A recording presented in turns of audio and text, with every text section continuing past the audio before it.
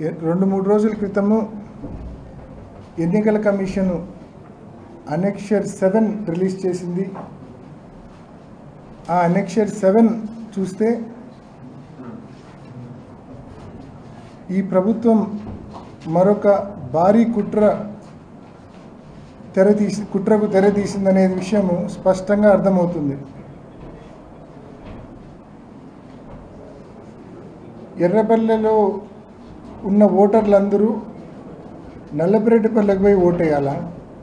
నల్లపురెడ్డిపల్లెలో ఉన్న ఓటర్లందరూ పోయి ఎర్రపల్లెలో ఓటేయాలా? నల్లగొండవారిపల్లె ఏదైతే మన పెద్ద గొడవ జరిగిందో ఆ గ్రామం నల్లగొండవారిపల్లెలో దాదాపు 600 పైచిలుకు ఓట్లు ఉంటే ఆ 600 పైచిలుకు ఓటర్లు అందరూ నల్లపురెడ్డిపల్లెకు 4 కిలోమీటర్లకు ట్రావెల్ చేసి నల్లపురెడ్డిపల్లెలో ఓటేయాల్సిన పరిస్థితి. అదే నల్లపురెడ్డిపల్లె వాళ్ళందరూ మళ్ళా నల్లగొండవారిపల్లెకు వెళ్ళి ఓటేయాల్సిన పరిస్థితి. అంటే ఈ మాదిరి విధానం ఎందుకు తీసుకొచ్చినారో అర్థం కాని పరిస్థితి.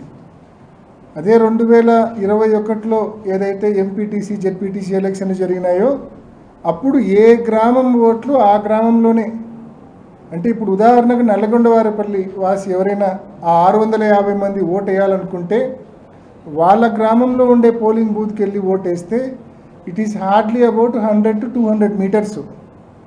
కానీ ఇప్పుడు ఈ ఎలక్షన్లో ఆగస్టు 12వ తారీఖు వాళ్ళు ఓటు వేయాలంటే 4 కిలోమీటర్లు ప్రయాణం చేస్తేనే ఓటు వేయగలరు. ఆ 4 కిలోమీటర్లలో ఈ మధ్యనే మనం చూసినాం నల్లగొండవారిపల్లెలో హత్యాయత్నం ఏ స్థాయిలో జరిగిందో, కార్లు ఎలా ధ్వంసం చేశారో, పెట్రోల్ క్యాన్లు తెచ్చి కార్ను తగలబెట్టే ప్రయత్నం ఎలా జరిగిందో, మనుషుల తలకాయలు బొలగొట్టే ప్రయత్నం ఎలా జరిగిందో, ఇనుపరాడ్లు హ్యామర్స్ ఏ రకంగా వాడినారో ఇవన్నీ మనం చూసినాం. మరి ఆ 650 మంది ఓటర్లు ఏ ధైర్యంతో ఎలా సేఫ్గా ఈ 4 కిలోమీటర్లు ప్రయాణం చేయగలరు చెప్పండి? వాళ్ళ ఊర్లోనే పోలింగ్ బూత్ ఉంది, వాళ్ళు అక్కడ ఓటు వేయాల్సింది పోనిచ్చి ఈ మాదిరి విధానం తీసుకొని రావడము. అంటే ఈ మాదిరి ఎక్కడన్నా మనము పోలింగ్ బూత్స్ షిఫ్ట్ చేయడం చూసింటాం సౌలభ్యం కోసం. మనం చాలా చోట్ల ప్రతి ఎలక్షన్లో పోలింగ్ బూత్స్ షిఫ్ట్ చేయడము చూస్తూ ఉంటాము సౌలభ్యం కోసం, ఓటర్ల సౌలభ్యం కోసం. కానీ ఇది రివర్స్. పోలింగ్ బూత్లు అలానే ఉన్నాయి అన్ని ఊర్లలో, కానీ ఓటర్లను షిఫ్ట్ చేసినారు. నల్లగొండవారిపల్లె ఓటర్లందరినీ నల్లపురెడ్డిపల్లెకి షిఫ్ట్ చేసినారు.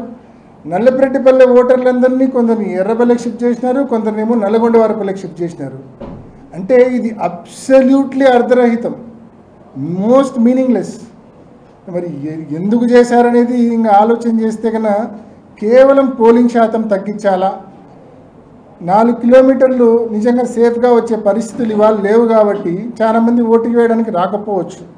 ఆ అడ్వాంటేజ్ టీడీపీ బహుశా పోలింగ్ బూతులను పోలీసులను అడ్డం పెట్టుకుని ఏమైనా అడ్వాంటేజ్ తీసుకునే ప్రయత్నం చేయడానిక, దేనికోసం మరి ఈ మాదిరి?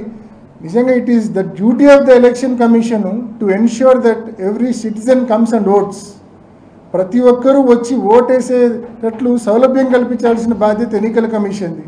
కాబట్టి ఇవాళ అదే ఎన్నికల కమిషన్ మరి ఇవాళ ఈ రూలింగ్ పార్టీ ఇన్ఫ్లుయెన్స్లో ఇంత ఘోరంగా ఇప్పుడు 600 మొత్తం దీని ఇంపాక్ట్ ఎంతమంది మీద ఉంటుంది అంటే 6 పోలింగ్ బూత్స్ మీద ఇంపాక్ట్ ఉంది. ఇప్పుడు నేను చెప్తా ఉన్న ఇంపాక్ట్ 6 పోలింగ్ బూత్స్ మీద ఉంది. అంటే 3900 ఓట్ల మీద ఉంది. దాదాపు ఈ ఎలక్షన్ 10,600 ఓట్లకు సంబంధించి అంటే 3,900 ఓట్లు అంటే దాదాపు 36% ఆఫ్ ద ఓట్స్, 36% ఓటర్లకు ఈ సమస్య ఉంటుంది. తన ఇంటి పక్కనే పోలింగ్ బూత్ ఉంటుంది కానీ అక్కడ అతనికి ఓటు ఉండదు, అతను ఒక 4 కిలోమీటర్లు ప్రయాణం చేసి ఓటేయాల్సిన పరిస్థితి.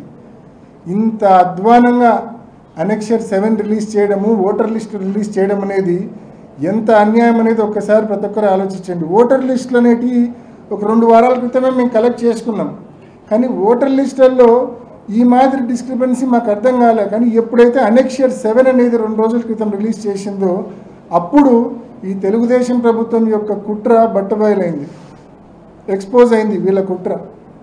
ఇప్పటికే ఇష్టం వచ్చినట్టు బైండ్ ఓవర్లు చేస్తూ ఉన్నారు మా కార్యకర్తలను, ఇప్పటికే ఇష్టం వచ్చినట్లు అటాక్లు చేస్తూ ఉన్నారు మా కార్యకర్తలను, ఇప్పటికే ఇష్టం వచ్చినట్లు తప్పుడు కేసులు పెడతా ఉన్నారు మా కార్యకర్తల మీద. ఇవన్నీ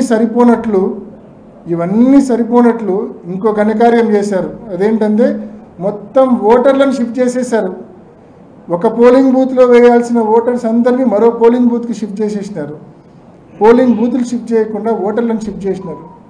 మేము ఇవాళ మధ్యాహ్నం ఈ ఇష్యూ మా నోటీస్కి వచ్చిన వెంటనే, ఈ డిస్క్రిపెన్సీ మా నోటీస్కి వచ్చిన వెంటనే ఎన్నికల కమిషన్ దృష్టికి, మరి కలెక్టర్ గారి దృష్టికి తీసుకెళ్ళాము, ఈమెయిల్ చేయడం జరిగింది. అదేవిధంగా ఇప్పుడు మా నాయకులు కూడా కలుస్తూ ఉన్నారు. అదేవిధంగా స్టేట్ ఎలక్షన్ కమిషన్ దృష్టికి కూడా ఈ సమస్యను తీసుకెళ్ళడం జరిగింది. ఎట్టి పరిస్థితుల్లో దీన్ని రెక్టిఫై చేయండి. ఎలక్షన్ కమిషన్ యొక్క డ్యూటీ ఏంది, ప్రతి సిటిజన్ స్వేచ్ఛగా వచ్చి ఓటేసే విధానం కల్పించాలి. ఈ మాదిరి ఓటు వేయడానికి అంటే ఇంకా రిలక్టెంట్ అవుతారు. ఈ 4 కిలోమీటర్లు ప్రయాణం చేయాలంటే ఏ రకంగా ప్రయాణం చేసే పరిస్థితి ఉంటుంది ఇప్పుడున్న పరిస్థితుల్లో. కాబట్టి ఎట్టి పరిస్థితుల్లో నల్లగొండవారిపల్లిలోనే ఓటేసే విధానం కల్పించాలా, నల్లపెరెడ్డిపల్లిలోనే ఓటేసే విధానం కల్పించాలా, ఎర్రబెల్లె వాళ్ళకి ఎర్రబెల్లెలోనే ఓటేసే విధానం కల్పించాలా. 2021లో ఇదే విధానం ఉంది. కొత్తగా మనమేం లేనిది కావాలని అడగట్లేదు. 2021లో ఏ విధానం అయితే ఉన్నిందో అదే విధానము ఇప్పుడు కూడా పెట్టండి. ఓటర్లకు స్వేచ్ఛగా వాళ్ళకి దగ్గరలో ఉన్న పోలింగ్ బూత్లో వెళ్ళి ఓటేసే పరిస్థితి ఉంటుంది.